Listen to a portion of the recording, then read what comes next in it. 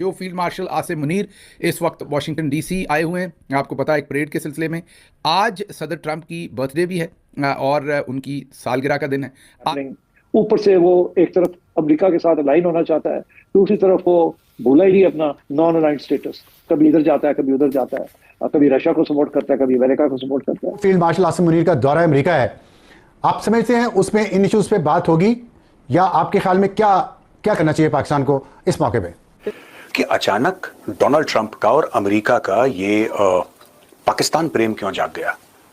बुलाया गया, white house ने बोला, व्हाइट हाउस को डिनायल लाना पड़ा, झूठ बोल के कहीं इज्जत बढ़ाई गई। क्या ये दिखाने की कोशिश है कि हमारे रिलेशंस बेटर हो रहे हैं? मतलब हमारी आर्मी डिपेंड करती है और सब हमारी आर्मी बहुत अच्छी है क्योंकि वो हर ये सरकारी तौर पर उस तरह से परेड नहीं है, लेकिन बहरहाल ये परेड जो है ये खुसूसी तौर पर सदर ट्रंप के हामियों ने ऑर्गेनाइज कर रखी है और इसी में फील्ड मार्शल साहब यहाँ पे तशरीफ़ लाए हुए हैं। थोड़ा सा एक फील्ड मार्शल साहब के दोस्तों ने झुल देने की कोशिश की, लोगों को धोखा देने की कोशिश की, जो अभी कि वो पाकिस्तान के साथ एंगेज रहे और उसको आइसोलेट ना करें। इसीलिए IMF ऑन बोर्ड है, वर्ल्ड बैंक ऑन बोर्ड है, and so the major institutions are also on board. मेरे ख्याल में तो इससे ज्यादा आगे जाना चाहिए अमेरिका के पास। हमें आर्मी के साथ साथ अपने दूसरे लोगों को भेजना चाहिए, अपने बिजनेसमैन के नुमाइंदे भेजने चाहिए। जय हिंद दोस्तों, ऐसे भारत मीडिया में आप सभी का स्वागत है।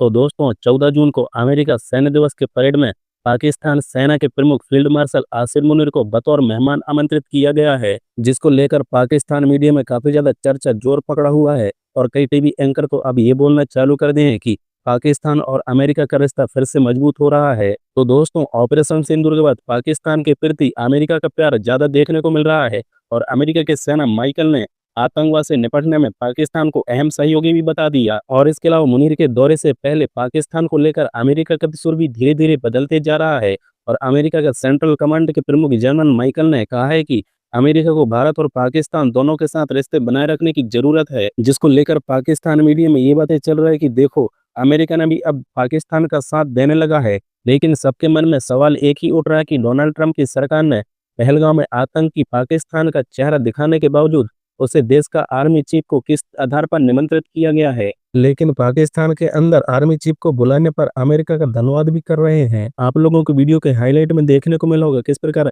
कई पाकिस्तानी मीडिया एंकर अब ये बोलने चालू कर दिए कि अमेरिका का चाल हो सकता है और बोल रहे हैं कि ट्रंप सरकार ने ऐसा कदम उठाया है जो भारत के लिए पॉजिटिव हो, लेकिन पाकिस्तान के लिए खतरे की घंटी साबित हो सकता है। और पाकिस्तान मीडिया से ये खबर भी निकल रहा है कि जैसे ही army chief Asim Munir America पहुंचते हैं तो यहाँ दूसरी तरफ इजराइल ने ईरान पर हमला कर दिया और अमेरिका के कहने पर इजराइल ने हमला करवाया है। अब फील्ड मार्शल की चिंता और भी बढ़ गया है। आज 14 जून है, जब आसिम मुनीर को वहां होना चाहिए था, लेकिन वो बैठे अपने पाकिस्तान में ही है। राइट। अच्छा, ये जो कहानी है कि बुलाया गया, व्हाइट हाउस ने बोला, व्हाइट हाउस को डिनायल लाना पड़ा, झूठ बोल के कहीं इज्जत बढ़ाई गई। क्या ये दिखाने की कोशिश है कि हमारे रिलेशंस बेटर हो रहे हैं अमेरिका से, लेकिन इंडिया की कॉस्ट पे? और इंडियन गवर्नमेंट ने इस पे ऑब्जेक्शन भी किया था कि ये क्या खबरें आ रही हैं। शायद व्हाइट हाउस ने इसीलिए इसको क्लैरिफाई किया। ईरान वॉर के टाइम पे ऐसी खबरें आती रहती हैं। ये चीफ गेस्ट वाली खबर आई कहाँ से? ये चीफ गेस्ट वाली खबर स्पेसिफिकली आर्मी चीफ की इज्जत बढ़ाने के लिए दी गई। पाकिस्तानी आर्मी व्हाइट हाउस के नाम पे भी झूठ बोल रही है। वो हर किसी के नाम पे झूठ बोल सकती है। देखिए, अभी ये साबित हो गया, अमेरिका के न्यूक्स रखे हुए थे पाकिस्तान में to counter Russia and control India to some extent. ये कितने सालों से झूठ बोल के कूद रहे थे कि हमारे पास एटमी बम है। इनको उसको हाथ लगाने की, उसको छूने की वो सब छोड़ दो, उस तरफ देखने की इजाजत नहीं थी इन लोगों को। और इनकी हरकतों के कारण वो न्यूक्लियर बेसिस के पास हमला हो गया, रेडिएशन लीक हो गए, अमेरिका का सारा एक्सपोजर हो गया दुनिया में, इतनी बुरी लताड़ पड़ी, इतनी बुराई हुई। तो कहीं तो अमेरिका की, जो अभी तक पाकिस्तान कूदता आया है, पाकिस्तान भारत से जितने भी बदले लेता आया है, वो अमेरिका की ही बकौती से तो करता आया है। अभी उन्होंने चाइना के इक्विपमेंट ले लिए, अमेरिका का पेट्रियट ले लिया, सब कुछ ले करके उन्होंने अपना एक स्टेट सजाया था। हमने सब कुछ धुआं धुआं कर दिया। अब ये क्या, पिछली बार लताड़ कब पड़ी थी कि जब F-16 गिरा था, अभिनंदन वर्धमान ने उस F-16 को गिराया था। लास्ट टाइम जब ये आए थे ठीक है। अभी क्या है वो हुई कि भाई आपके F-16 भी गिरे, आपका न्यूक्लियर बेस पे भी हमला हुआ, आपने ड्रोन भी खराब कर दिए। तो आपको क्या, एक इससे पहले भी यही सब था। आप पेटेंट टैक्स लेके आए, हमने 91 एक दिन में रेगिस्तान में दबा दिए। आप PNS गाजी लेके आए, जो इतनी बढ़िया पनडुब्बी थी, हमने उसको भी डुबो दिया। तो एक चीज पाकिस्तान ने बार बार साबित की है अमेरिका को, तुम हमें कितने भी बेहतर हथियार दे दो, तुम हमें पीछे से कितनी बढ़िया इंटेल दे दो, कितने मौके दे दो, हम फिसड्डी ही साबित होंगे। और इस बार भी पाकिस्तान ने वही किया। तो आसिम मुनीर की किरकिरी तो हो रही थी बहुत बुरी से। अब उसकी इज्जत कुछ बढ़ाने के लिए, भले ही 2 दिन के लिए हो, क्या फर्क पड़ता है पाकिस्तान को।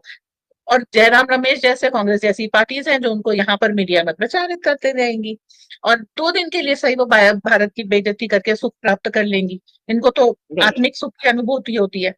ठीक है, उसकी इमेज चमका दी गई। अल्टीमेटली क्या हुआ, हमने एक बार कमेंट किया और व्हाइट हाउस से डिनायल आ गया। इन्होंने सोचा था कि भारत अगर कुछ पूछेगा तो अमेरिका रिस्पॉन्ड नहीं करेगा। रीजन सिंपल है कि आपने अमेरिका को स्ट्रेटेजिकली काफी धक्का पहुंचाया है।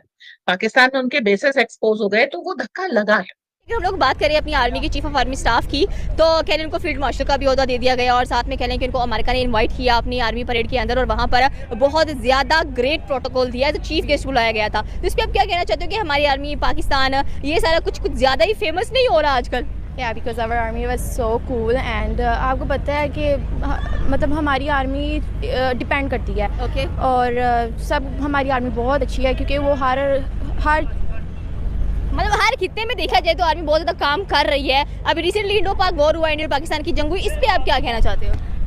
मैं ये कहूँगी कि बस हर जगह पर अमन होना चाहिए और तो कुछ भी नहीं, क्योंकि जंग में सिर्फ तबाही रखी हुई है। अब आप देख लें कि फ़लस्तीन और फ़लस्तीन इसराइल की, अब इसराइल ईरान की हो रही है, तो मुस्लिम ममालिक काफ़ी ज़्यादा कह लें कि जंग की तरफ जा रहे हैं। जी, पर ऐसा नहीं होना चाहिए, क्योंकि आगे आने वाला जो फ्यूचर है वो भी फिर खतरे में पड़ सकता है। सो मतलब लड़ा नहीं जा रहा, लेना नहीं जा रही है, लेकिन अमेरिका तो भरपूर पाकिस्तान का साथ दे रहा है। आपने देखा होगा कि अमेरिका कुछ ज़्यादा ही पाकिस्तान की फेवर में आया हुआ है। ऐसा क्यों है? अमेरिका तो कभी किसी का दोस्त नहीं बनता।